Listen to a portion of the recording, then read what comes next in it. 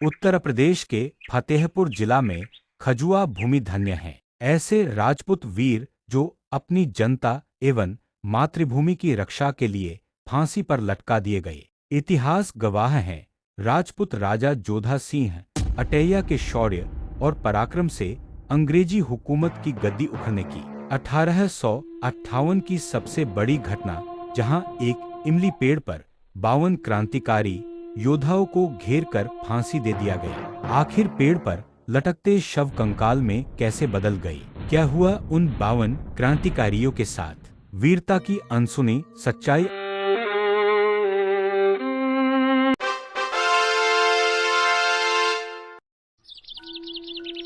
यदि मेरा मरना मेरी जनता को जगाए, तो हर सांस मेरी कुर्बानी है।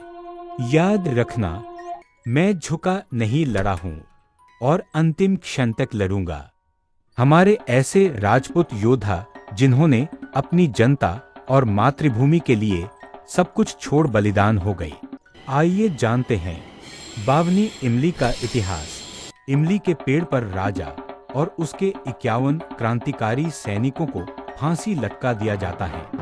बात उत्तर प्रदेश के फतेहपुर जिले में रहने वाले क्रांतिकारियों की है।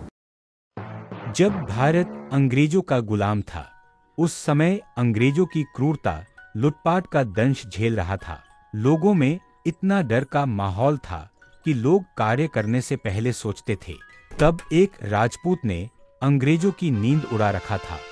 वे उत्तर प्रदेश के फतेहपुर जिले के अटैया रसूलपुर गांव के निवासी थे। इस गांव की दूरी कानपुर से करीब 80 किलोमीटर है। इतिहास के पन्नों से गायब एक ऐसी घटना जो आपको जानना चाहिए। आइए जानते हैं वीर राजपूत के बारे में।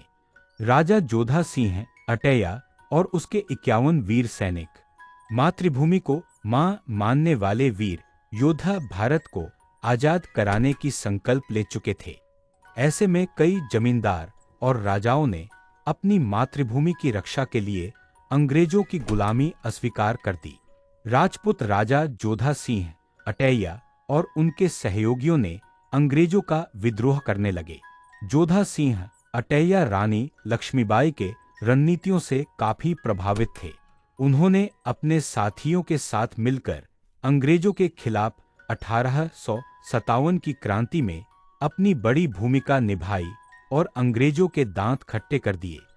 वह फिरंगियों को गुरिल्ला युद्ध से हराया। इस दौरान उनकी सेना ने अंग्रेज अधिकारी कर्नल पावेल की हत्या कर दी। रानीपुर पुलिस चौकी पर हमला किया और जहानाबाद तहसीलदार को बंदी बनाकर सरकारी खजाना लूट लिया। इन घटनाओं ने अंग्रेज अधिकारियों ने राजा अटैया को डकैत घोषित कर राजा को पकड़ने का आदेश दे दिया। एक दिन फिरंगियों के मुखबिरी के कारण कर्नल क्रिस्टाइज की घुड़सवार सेना द्वारा जोधा सिंह को उनके 51 क्रांतिकारी साथियों सहित घेर कर बंदी बना लिया गया और उसी दिन सभी को उत्तर प्रदेश के फतेहपुर स्थित खजुहा में एक इमली के पेड़ पर फांसी दे दिया जाता है। पहली बार भारत की आजादी में 52 स्वतंत्रता सेनानी जिन्हें एक पेड़ पर फांसी दे दी गई माना जाता है कि उनके शव को उसी हाल में महीने भर से अधिक समय तक लटकाया रखा गया। स्थानीय लोगों की माने तो जब इन सभी को फांसी दी गई तो साथ ही चेतावनी दी थी कि यदि ऐसा करने की कोई हिमाकत करेगा तो उसका भी यही अंजाम होगा। इसके चलते इन सभी क्रांतिकारियों के शव एक महीने से अधिक वक्त तक पेड़ में ही लटके रहे। इस दौरान इनके केवल कंकाल बचे हुए थे। बावनी इमली के पास दर्ज ऐतिहासिक दस्तावेज की माने तो अमर शहीद जोधा सिंह के साथी ठाकुर महाराज सिंह ने अपने 900 क्रांतिकारियों के साथ 3-4 जून 1858 की रात को इनके कंकाल को पेड़ से उतारकर गंगा नदी किनारे स्थित शिवराजपुर घाट पर अंतिम संस्कार किया। ऐसी भयंकर दृश्य हृदय को चिरने वाली घटना देश ने कभी नहीं देखा सुना होगा और वहां के रहने वाले लोग आज भी महसूस करते हैं। उस दिन पेड़ पर सिर्फ देहें नहीं लटकी थीं, लटका था भारत का धैर्य और जन्म हुआ था प्रतिशोध के संकल्प का। जनता ने अपना रक्षक खोया था। उस दिन से लोगों के अंदर जोरदार ज्वाला धधकने लगा।